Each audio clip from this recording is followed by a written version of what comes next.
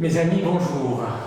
Vous savez que pour que les hommes puissent entrer en communion avec Dieu, Dieu a voulu se faire connaître, ou si on utilise l'expression consacrée, Dieu a voulu se révéler à nous. Et pour ce faire, et parce que Dieu est amour, il s'est fait homme. On pourrait dire qu'en quelque sorte, il sort de sa transcendance. C'est là le mystère, un mystère qui nous provoque et qui suscite en nous la foi. Or, la foi n'est pas un consentement à une vérité abstraite. Le pape Benoît XVI le rappelle, à l'origine du fait d'être chrétien, il n'y a pas une décision éthique ou une grande idée, mais la rencontre avec un événement, la rencontre avec une personne qui donne à la vie un nouvel horizon et par là son orientation décisive. Cette rencontre, nous la faisons à travers les Écritures, mais plus précisément à travers ou avec les apôtres qui posent à Jésus les questions que nous voudrions lui adresser. Écoutez pour ce lundi le récit que nous fait Saint Jean du dialogue entre Jésus et ses disciples.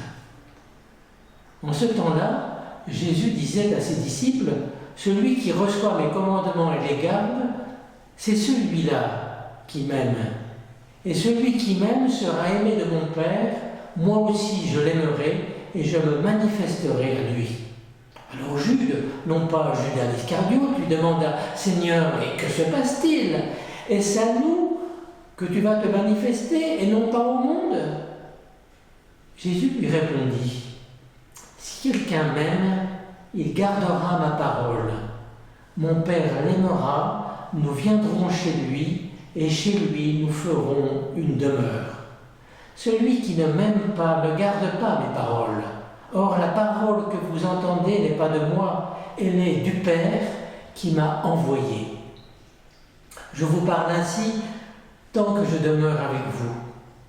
Mais le défenseur, l'Esprit Saint, que le Seigneur enverra en mon nom, lui vous enseignera tout et il vous fera souvenir de tout ce que je vous ai dit. » Je trouve très intéressante cette question de Jude, et encore plus, je dirais, ce que dit Jésus, puisqu'on a l'impression qu'il ne lui répond pas, ou plus exactement, plutôt qu'il entend sa question différemment. Jude s'intéresse à la manifestation que Jésus doit faire de lui-même. Or, Jésus lui rappelle qu'il y a des conditions pour recevoir cette manifestation. Et ces conditions, il ne faut pas les oublier. Jude, d'une certaine façon, nous fait penser à Pierre, qui lui aussi avait oublié les conditions que Jésus avait posées pour le suivre. Ces conditions-là, pour qu'on puisse participer à la manifestation de Jésus, la condition première est que tu m'aimes. Si quelqu'un m'aime, dit Jésus. Tu veux voir cette manifestation, soit, mais il est nécessaire que mon Père et moi, dit Jésus, fassions en toi notre demeure. On entend bien la raison donnée par Jésus de l'aimer. Donc, je veux dire, à une manifestation publique et visible que souhaite vraiment Jude, Jésus oppose une manifestation tout intérieure et secrète, et qui sera vraisemblablement rendue visible dans les œuvres, n'en doutons pas. Une fois de plus, j'ai envie de dire, Jésus opère un déplacement d'une importance colossale. Jésus imagine au fond rester dans une certaine passivité, il veut voir Jésus se manifester. Or, Jésus impose une réception active de sa manifestation. Active, car c'est cela l'aimer. Il y va de la préservation de la parole et de l'observance des commandements. Jésus nous montre bien au fond l'enjeu devant lequel nous nous trouvons. Observer les commandements dépend de notre propre initiative, mais en ce qui concerne la parole, l'initiative ne dépend plus de nous, mais du Père. Écoutons bien ce que dit Jésus. Si quelqu'un m'aime, il gardera ma parole. Mon Père l'aimera et nous viendrons chez lui établir notre demeure. Quant à celui qui ne m'aime pas, il ne garde pas ma parole.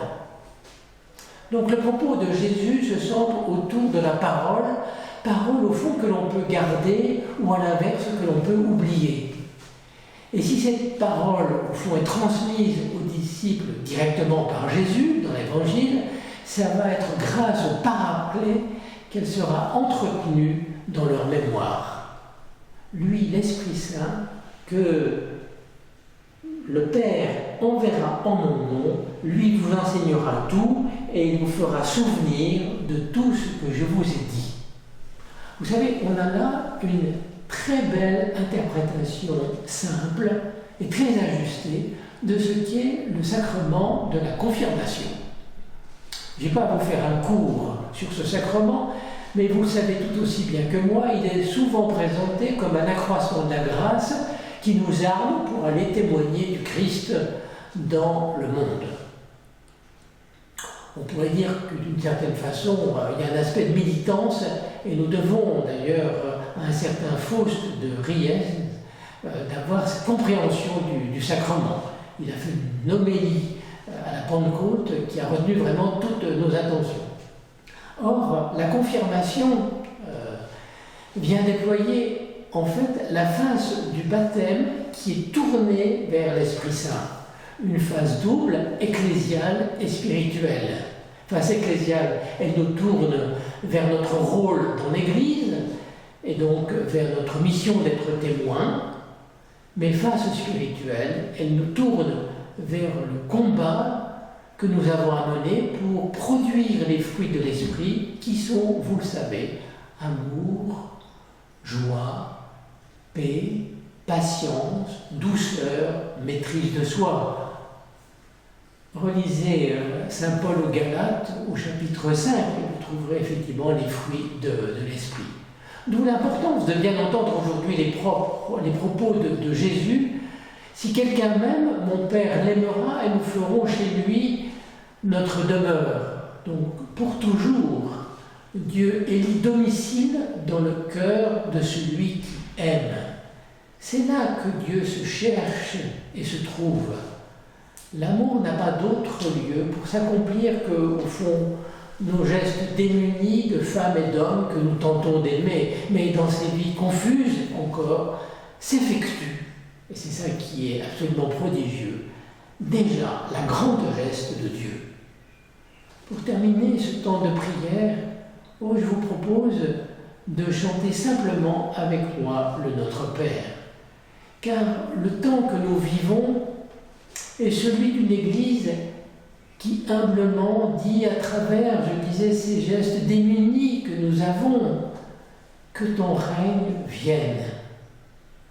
Dans l'assurance que donne le Christ à l'Église, l'Église donne à ce règne d'advenir maintenant parmi les hommes, mais sans jamais pouvoir l'épuiser.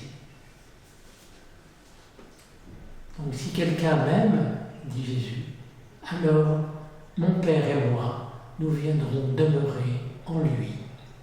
Et c'est ainsi que le règne, le royaume de Dieu pourra s'établir.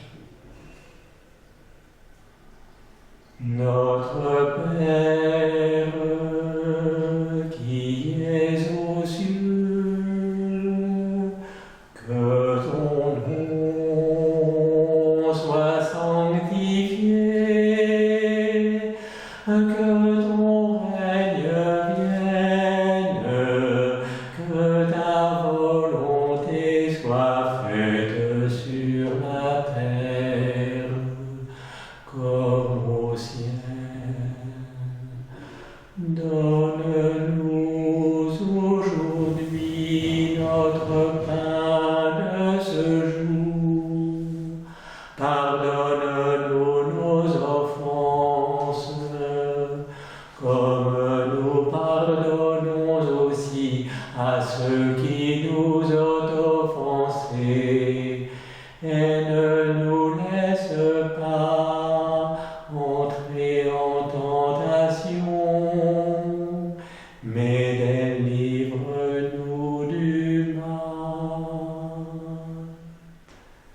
Bonne journée à vous et bonne semaine.